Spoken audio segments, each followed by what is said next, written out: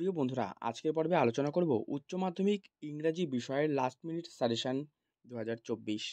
তো দেখো, তোমাদের জন্য যে উচ্চ মাধ্যমিক ইংরাজির prose, poem, play with writing এই সমস্ত কিছু নিয়ে আজকের পর্বে কিন্তু আলোচনা করব, যেখানে তোমাদের সম্পূর্ণ সিলেবাসটা তোমরা দেখে নাও।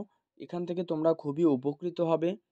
আর অবশ্যই এই পুরো সম্পূর্ণ ভিডিওটি কিন্তু প্রথম থেকে শেষ পর্যন্ত দেখবে, যেখানে তোমাদের গল্প, গদ্য, কবিতা, নাটক, ঠিক আছে, রাইটিং স্কিল এ সম্পূর্ণ সিলেবাস ভিত্তিক সাজেশান নিয়ে আলোচনা করব এবং সেগুলোর উত্তর কীভাবে লিখতে হবে তার ট্রিক্স ও টিপস তোমরা আজকের এই পর্বে পেয়ে যাবে। অবশ্যই তাই ভিডিওটি প্রথম থেকে শেষ পর্যন্ত দেখে নাও। এছাড়া আলোচনা করব গ্রামার অ্যান্ড ভোকাবিউলারি। ওকে, তো দেখো, তোমাদের প্রথমে বলে দিই, ইংরেজি গল্প বা গদ্যের ক্ষেত্রে এখানে কিন্তু 4টি প্রশ্ন দেওয়া থাকে, দুটো তোমাদের করতে হয়। তার মানে তোমরা যে কোনো দুটি গদ্য যেগুলো আগের বছর ধরো পড়োনি পরীক্ষার ক্ষেত্রে, হ্যাঁ, ভালো করে গেলে সেগুলো উত্তর কিন্তু ঠিক লিখে আসতে পারবে।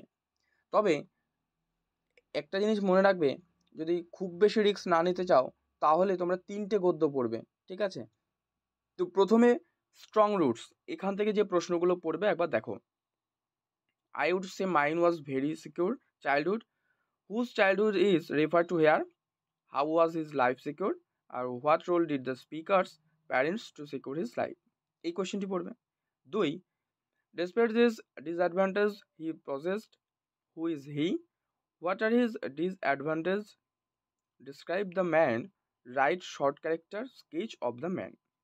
3 পড়বে, why do not say, help and advice, who say this and to whom, এই কোয়েশ্চেন। এর সাথে রয়েছে what is referred to by the word this, why do the people come to the person spoken to। আর 4 নম্বর question পড়বে, our locality was predominantly Muslim, who is the speaker, how does the speaker describe his locality, what picture of communal harmony do you find in this description। এটা পড়বে। Next রয়েছে তোমাদের thank you ma'am, ঠিক আছে? এখান থেকে যে কোয়েশ্চেনগুলো পড়বে দেখো, and he did not want to, কি রয়েছে, and he did not want to be mistrusted now. Question কি এখান থেকে কোটেশনের মধ্যে থেকে, যে who is referred to as he, whose trust did he want to win, why did he want to be trusted and how. আরেকটা পড়বে এখান থেকে থ্যাংক ইউ ম্যাম থেকে, যে I were young once and I wanted things and could not get. এটা কোটেশনটি। Question, who said this to whom and when, what did the speaker say about her past life.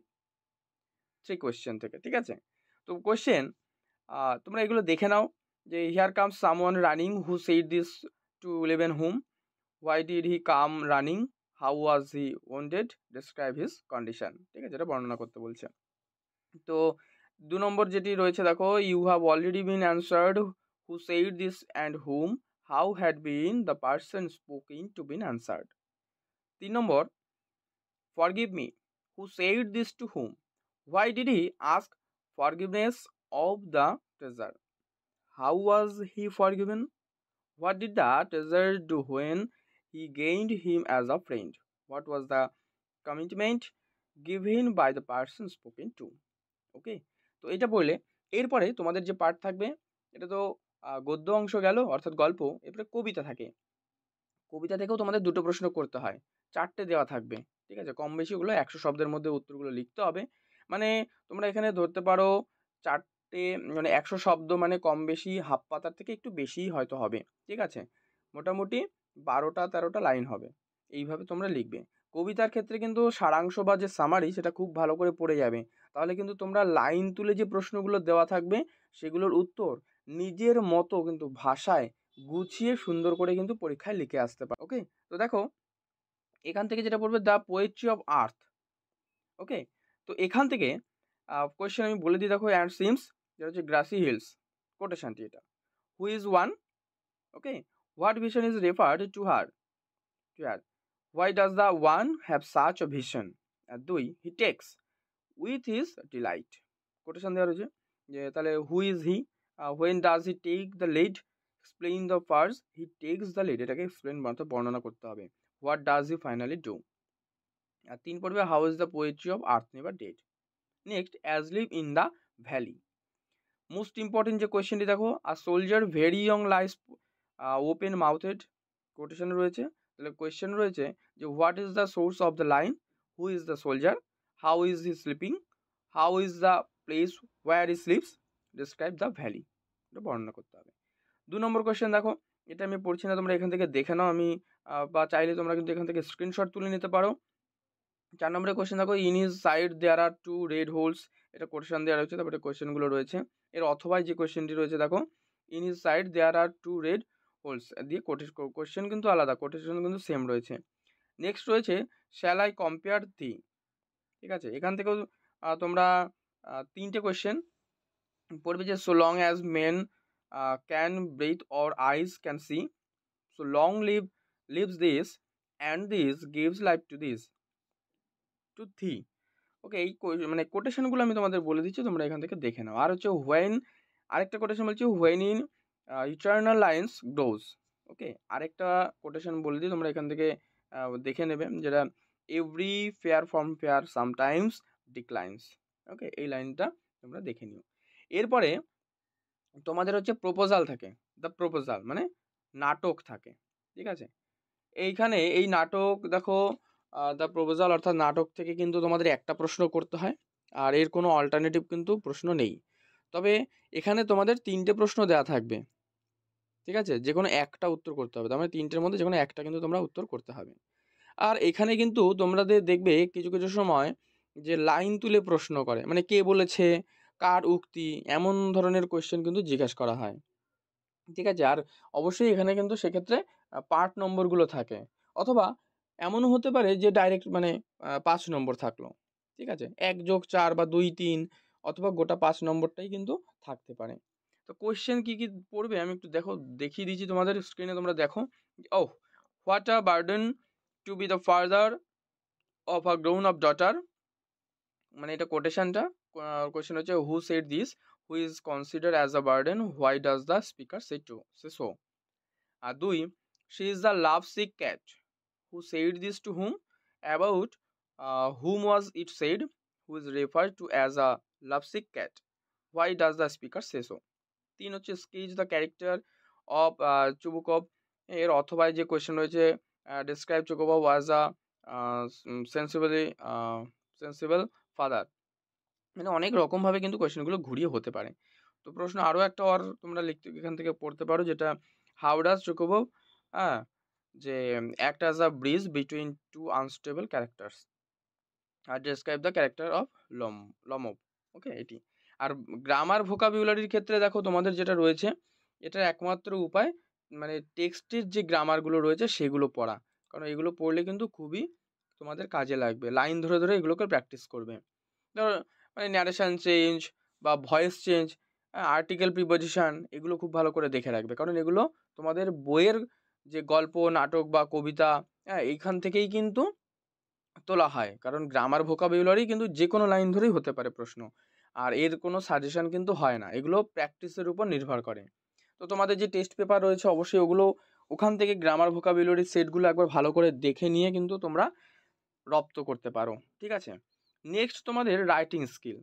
দেখো writing skill ক্ষেত্রে এখানে আমি বলবো তোমাদের যে writing skill এখানে কিন্তু অনেকটা সহজ হয়, অন্তত মাধ্যমিকের থেকে।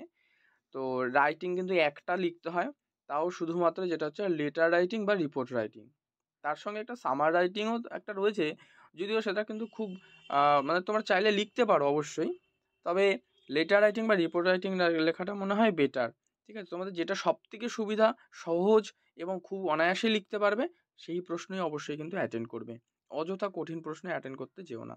যেটা সবথেকে সহজ পারবে অবশ্যই আগে লিখে সেটাকে নম্বর কিন্তু নিজের ঝুলিতে নিয়ে নেবে।